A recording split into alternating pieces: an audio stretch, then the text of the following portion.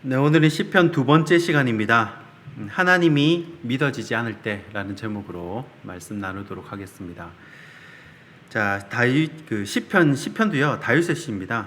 9편과 시편이 연결이 되는데요. 자, 시편 9편에서 말하는 악인은 둘 다 악인이 나오거든요. 악인에 대해서 이야기를 합니다. 악인이 자기를 이제 괴롭힌다는 거예요. 그래서 탄원시라고 할 수 있죠. 시편 9편에서 말하는 악인은요, 이방 나라입니다. 다른 나라가 우리나라를 괴롭힌다 이거예요. 그리고 오늘 본문인 시편에서 말하는 악인은요, 유대인 중에 있는 자기 자신의 민족을 말합니다. 사람이 나를 괴롭힌다는 거죠. 유대인들은 기본적으로 하나님을 다 믿는 사람들인데, 하나님을 믿는 사람들 중에도 악인이 있더라라는 거예요.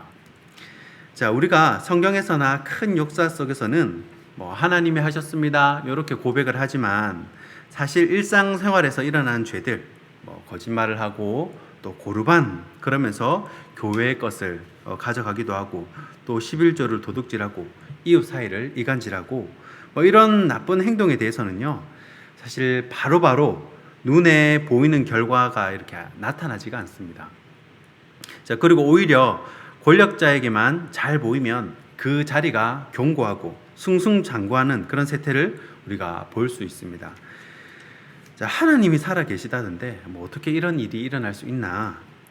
여러분, 다윗이 이 청소년 시절에는요, 그렇게 하나님을 사랑하고 또 세상이 아름답게 보이고 또 골리앗도 쓰러뜨릴 그런 충만한 믿음을 가졌지만, 자신이 실제로 전개에 진출해서 사람들 하는 행태를 보니까, 야, 이거는 가만히 있는 사람만 바보다, 하나님이 안 계신 것 같다, 그런 느낌을 받는 거예요. 그래서 1절에 이렇게 고백을 하죠. 여호와여, 어찌하여 멀리 서시며 어찌하여 환난 때에 숨으시나이까. 이 말은 마치 하나님이 안 계신 것 같은 거예요. 어떻게든 사울 왕의 라인에 들어가야 살아남는 것이고, 또 곤모 술수를 쓰는 사람, 말씀대로 살지 않는 사람은 더 잘 되고, 오늘 본문 5절의 말씀처럼 항상 이런 사람 번영을 누린다는 거예요. 이렇게 술수를 쓰고 또 이렇게 한 사람들이 번영을 누린다는 겁니다. 자, 이런 식으로 우리에게 계속 시험이 반복이 되고요, 인생의 광야가 길어지게 되면 무엇이 찾아오게 되냐면 절망이 찾아오게 됩니다. 이 일제 강점기를 배경으로 한 영화 이 밀정을 보신 분이 계실 겁니다. 이 독립운동가들의 이 사투를 그린 영화인데, 그 중에 이제 배우 이정재가 전지현이 나오고 이정재도 나오고 유명한 사람 많이 나오죠.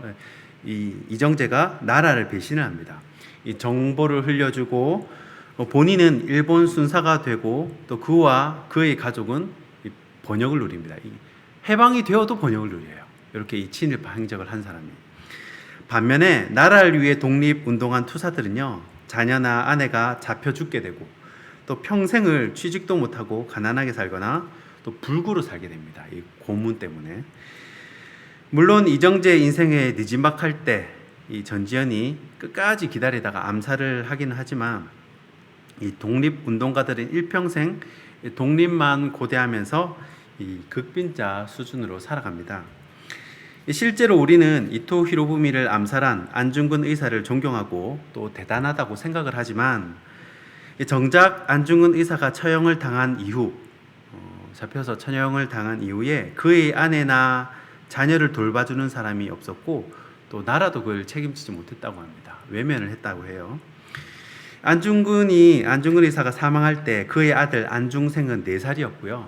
이 아들은 이후에 굉장히 비참한 인생을 살았다고 합니다.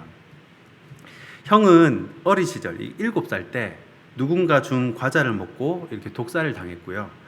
같이 독립운동을 하던 동료들도 어느 누구 하나 이 경제적 지원을 해주지 않았다고 합니다. 오히려 이 안중근의 가족들은 중국 하얼빈에서 외롭게 살면서 일제의 감시와 탄압 때문에 그 누이도 그리고 어머니도 취업이 안 됐다는 거예요. 일자리가 안 구해졌다는 거죠. 결국 일제의 압박에 못 이긴 안중근의 아들 안중생은요, 1939년 10월 16일 자신의 아버지가 이토 히로부미를 죽인 일에 대해 사죄를 하고 일제의 충성을 바치겠다고 그렇게 발표를 합니다. 참 가슴 아픈 일이긴 하지만, 요 일로 해가지고 안중생은 일본 전역을 돌아다니면서 아버지의 행동을 사죄를 하고 일제히에 충성을 맹세하는 대가로 이 거액의 돈을 받게 됩니다. 자, 이 일이 삽시간에 소문이 나면서 안중생은 아버지의 이름에 먹칠을 한 불효자식, 이 친일 매국노, 호랑이 아비의 개 같은 자식이라고 욕을 엄청나게 먹게 됩니다. 자, 이토 히로부미 안중근을 쏘다라는 책 가운데 이런 글이 있습니다. 제가 발췌를 해왔는데, 자, 안중생의 변입니다. 사람들이 나보고 호부 견자라더군요. 호랑이 아비의 개 같은 자식. 하하. 그럼 나더러 어쩌란 말입니까? 그 자리에서 제안을 단호히 거절하고 잡혀 죽었어야 했나요? 나라를 팔고 아비를 판 더러운 자식, 친일파, 변절자, 뭐라고 욕해도 상관없어요. 내가 괴로워할 때 아무도 내게 손 내밀지 않았잖아요. 나를 욕할 자격이 있는 사람은 한 명도 없습니다. 그렇게 버려둘 때는 언제고 이제 와서 무슨 권리로. 우습지 않나요? 영웅의 아들은 개 같은 삶을 살고 그 변절자의 자식은 다시 성공을 하고, 아버지는 나라의 영웅이었지만 가족에겐 재앙이었죠. 나는 나라의 재앙이지만 내 가족에겐 영웅입니다. 저는 개인적으로 이 마지막 말이 참 가슴에 와닿았습니다. 우리가 뭐 이런 생각을 할 수가 있죠. 참 욕을 하려면 안중생 가족이 그렇게 힘들고 고생할 때 좀 도와주면서 그런 말을 하던가, 말만 뻔지르게 하고 자신들은 총대 안 맬라 그러고, 그렇게 귀한 사람, 귀한 가족을 몰라보고 그렇게 야박하게 대하더니 뭐 그렇게 생각할 수 있습니다. 아마 안중생 입장에서는 자기 가족에게 실질적인 도움을 준 일본이 100배 더 감사하다고 생각을 할 수도 있습니다. 일본이 도와준 그 돈으로 처자식 공부시키고 자기 가족도 먹고 살고 했으니까요.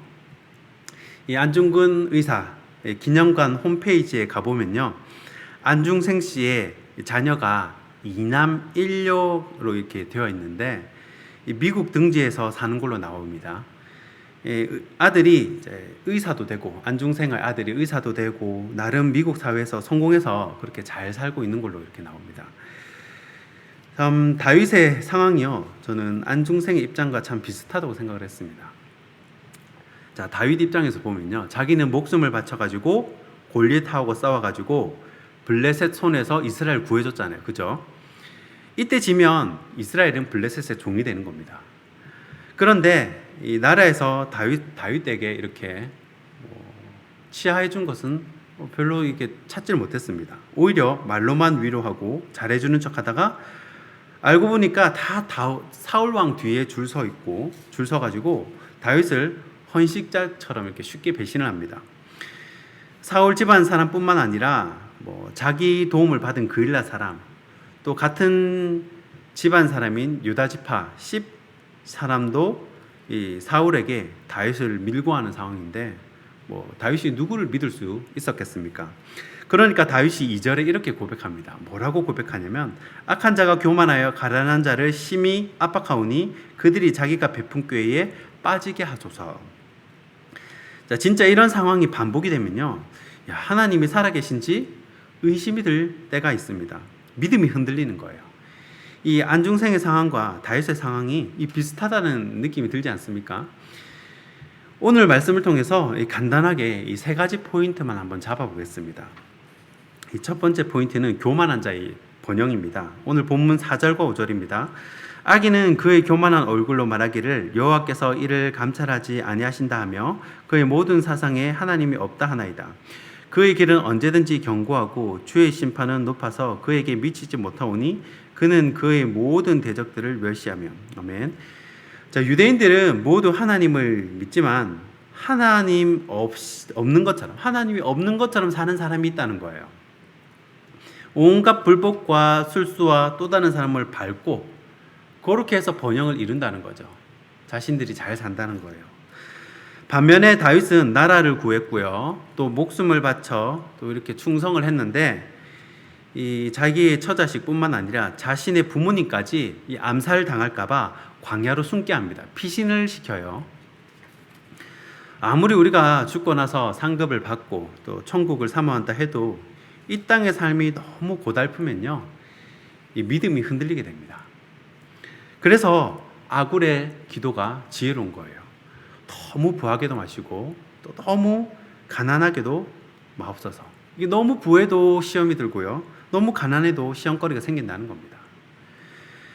자, 우리가 두 번째 포인트는요, 힘없는 자의 절망입니다. 10절과 11절입니다. 그가 굽으려 엎드리니 그의 포악으로 말미암아 가련한 자들이 넘어지나이다.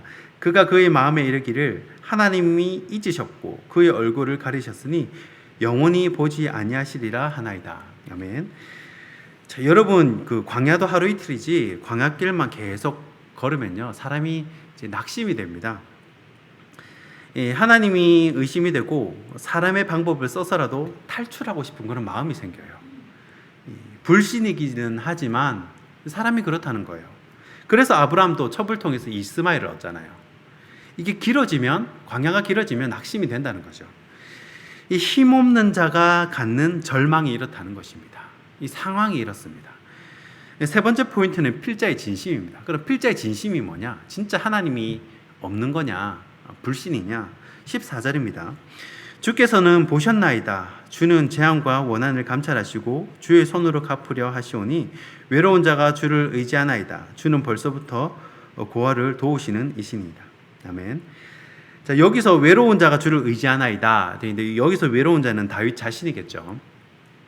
이 절친, 이 요나단이 그래도 이 속 얘기를 꺼내는 정말 참 중마고와 같은 사이였는데 나중에 요나단도 이제 전투에서 죽게 되죠. 이 다윗은 광야에서 외로운 자가 됩니다. 하나님은 이렇게 다윗을 혼자가 되게 하는 경험을 시키세요. 하나님은 누구나 혼자가 되게 하는 경험을 시키게 할 때가 있다는 겁니다. 그러면 다윗이 진짜 하나님이 안 믿어지는 거냐, 불신하는 거냐? 사실 필자의 진심은 빨리 도와달라는 겁니다. 하나님, 나는 계시는 거 압니다. 하나님 믿습니다. 그런데 좀 하나님 계신 것 빨리 보여주십시오. 하나님 빨리 도와주십시오.